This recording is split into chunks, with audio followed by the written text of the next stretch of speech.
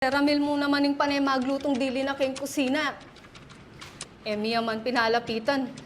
As na pangapali buntok. Gustong pakilaman ming gamit no. Inya pala mamalagwayang mepo kaya rin ang migluto. Punyeta, pete ni ma'am. Hoy! Si mama yung asbok mo. May kabut para sa ni sir. O bakit totoo naman? Nino pa mong gawa kanita? Gusto no! Totoo yung sasabihan ko. Putang yung man kangaling miling. Malambat na yung kaluguran, ma'am. O muna nung mga patunayan kaya kami nakakasabot kay Milyari. Bah, ako na yung maburing Ramila yan. Kanita pa duda ko. Ako magluto ng deli eh. Nya kay Dela, may ka rin. Anyan din natang restaurant yan ang magluto. Oh. Ang kayo yan, ng Milyari. Yapin, nung Milyari mo, dapat iramilya, lasunan. Alak pong balok yung pamagkain ng Kuya Ramil. So, sopang kaya mo pong pamagluto. Ningkip mo na rin fingerprint mo karang sandok pong lamesa. Kay ba't at sula naman karang boti pong paminta ginami yung kanyang magluto kayo. Lalo na karang bisitang binyag. Ihabot ko lang po rin kailangan ng Kuya Ramil kayong pamagluto na. So, sopang kaya mo po kayong kusina. Wata po natin niyang kailangan. Kasi po bulagi ah. Ika mag-serve kayong pa mga Ma'am Delia, wari. Opo. Pare ko naman po balong natin yung lason nitang may biya kaya. Nung balo ko mo po sana po ako nebinye kaya. At sabi na nitang may itong waitress, panaya ka nung mimwa kang Ma'am Deli. Uling kulang larang sweldo mo at panaya kang mga kamwa. Po totoo yan. Magana kaya po kanak ni Ma'am Deli.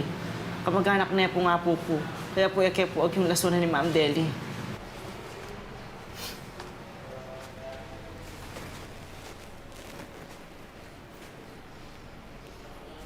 Sir, pwede ka nang lumapit sa patay.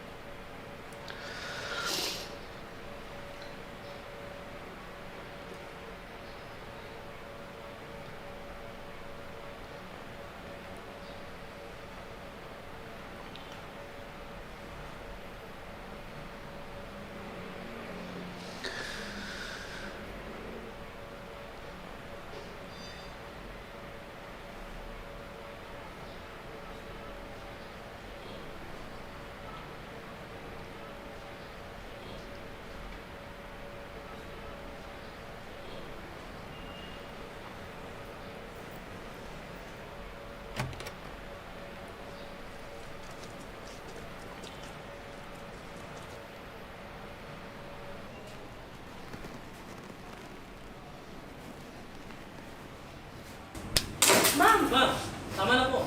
Diyan ka sana rin. Managkat ka na ka sana, animal! Ali ko man tawad kaya ka. Wala akong kasalanan. Wala. Ma'am, tama na yan. Sir, tayo na, sir. Tayo na.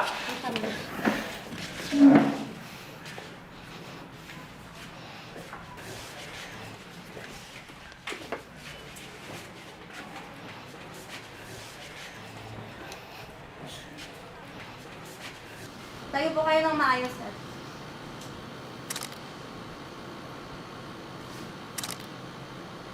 Sa kabila po. Kakakay ko na po yan.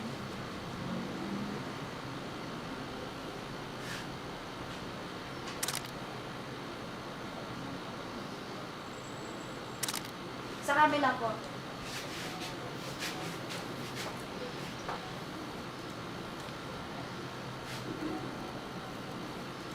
Dito ng konti banda.